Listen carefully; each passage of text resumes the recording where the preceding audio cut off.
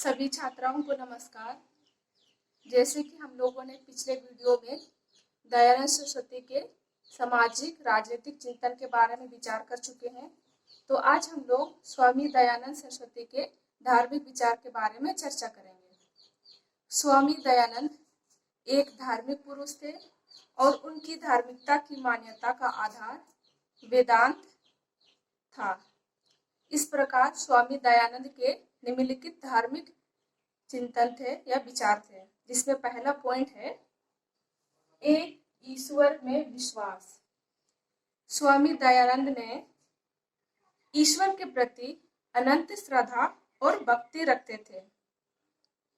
स्वामी दयानंद सरस्वती कहते थे कि जिस प्रकार एक गंतव्य स्थान पर पहुंचने के लिए अनेक रास्ते होते हैं, उसी प्रकार एक ईश्वर तक पहुंचने के लिए अनेक धर्म होते हैं। दयानंद के विचार में ओम शब्द परमेश्वर का सर्वोत्तम नाम है। वे एक ही ईश्वर में विश्वास करते थे। उन्होंने हमेशा इस बात पर बल दिया कि जो व्यक्ति कर्म नहीं करेंगे वे कभी ईश्वर तक नहीं पहुंच सकेंगे। देन सेकेंड पॉइंट है मूर्ति पूजा का विरोध।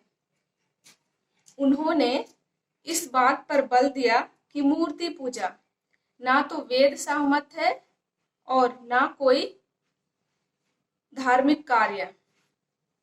मूर्ति में ईश्वर के अस्तित्व को मानना एक अंधविश्वास है।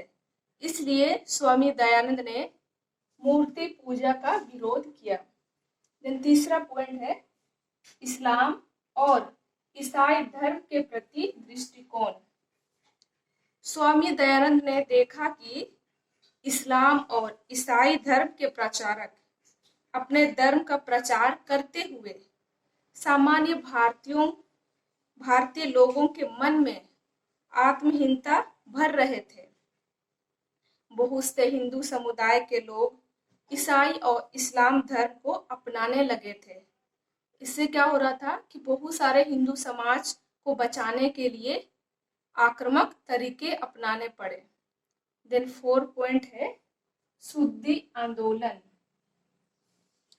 दयानंद सरस्वती ने शुद्धि आंदोलन के तहत यह घोषणा किया कि जिन हिंदुओं ने हिंदू धर्म को छोड़ दिया था या त्याग दिया था और अन्य धर्मों को स्वीकार कर लिया था, वे पुनः हिंदू धर्म में वापस आ सकते हैं और साथ ही साथ जो अहिंदू है वे भी हिंदू धर्म में प्रवेश कर सकते हैं। स्वामी जी धार्मिक क्षेत्र में पुनर्समानता का समर्थन करते थे। उन्होंने घोषणा किया कि स्त्री और शूद्र दोनों को वेद पढ़ने का अधिकार दिया जाए। साथ ही साथ स्त्री और पुरुष दोनों एक निश्चित अवधि तक ब्रह्मचर्य का पालन करेंगे। अब हम लोग आगे देखेंगे स्वामी दयानंद के शिक्षा संबंधी विचार। दयानंद ने शिक्षा में भी रुचि ली। इस पर उन्होंने अपना विचार व्यक्त किया। शिक्षा के अभाव में कोई भी राष्ट्र प्रगति नहीं कर सकता है। दयानंद के अनुसार शिक्षा का अर्थ शरीर का निर्माण, इंद्रियों का साधना और बौद्धिक विकास करना है। दयानंद कहता है ब्रह्मचर्य का पालन उन्होंने शिक्षा पद्धति के लिए अनिवार्य माना है। शिक्षा का कार्य विद्वान और चरित्रवान व्यक्ति के हाथों में ही होना चाहिए।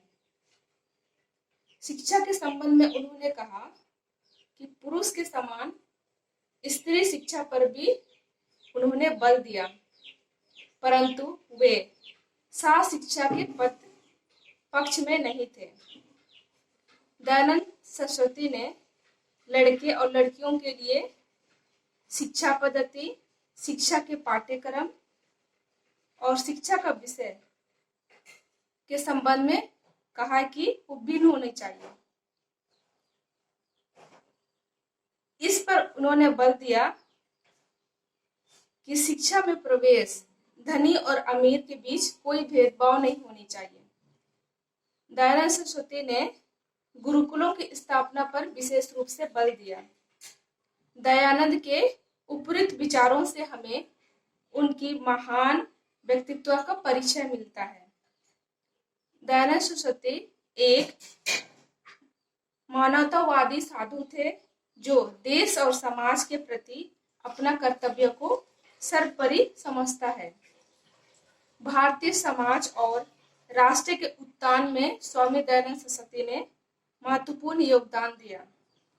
संक्षेप में हम कह सकते हैं कि दयानंद सरस्वती हिंदुत्व को पुनर्जीवित किया, आर्य समाज की स्थापना किया,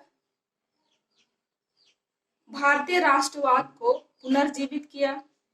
उन्होंने लोकतंत्र और विकेंद्रीकरण का समर्थन किया, भारत के धार्मिक और सामाजिक पुनर्जागरण तथा राष्ट्रीयता के विकास में भारी योगदान दिया।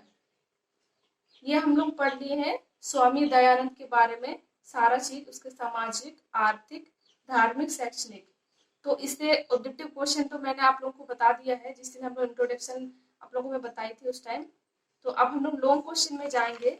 इसमें से लॉन्ग क्वेश्चन में क्वेश्चन आने की संभावना है, जिसमें पहला क्वेश्चन आ सकता है कि स्वामी दयानंद सरस्वती किस प्रकार भारतीय राष्ट्रवाद का पोषण करते हैं, विवेचना कीजिए। ये वेरी इंपॉर्टेंट क्वेश्चन है स्टूडेंट, आप लोग इसको याद करके रखिएगा। और इसका आंसर मैंने पिछले वीडियो में, पहले वाले वीडियो में दे चुकी हूँ। उसके बाद नेक्स्ट क्वेश्चन आ सकता है कि स्वामी दयानंद के राजनीतिक चिंतन की विशेषताओं को स्पष्ट करें, अथवा यह और करके उसी का दयानंद सरस्वती के राजनीतिक दर्शन का परीक्षण करें, अथवा दयानंद सरस्वती के मुख्य सामाजिक राजनीतिक विचारों का वर्णन करें। ये जो 3 क्वेश्चन आप लोगों को मैं बताए थे, ये 3 क्वेश्चन अलग अलग है, लेकिन इसका एक ही आंसर है, तो इसलिए आप लोग कंफ्यूज मत होइएगा स्टूडेंट।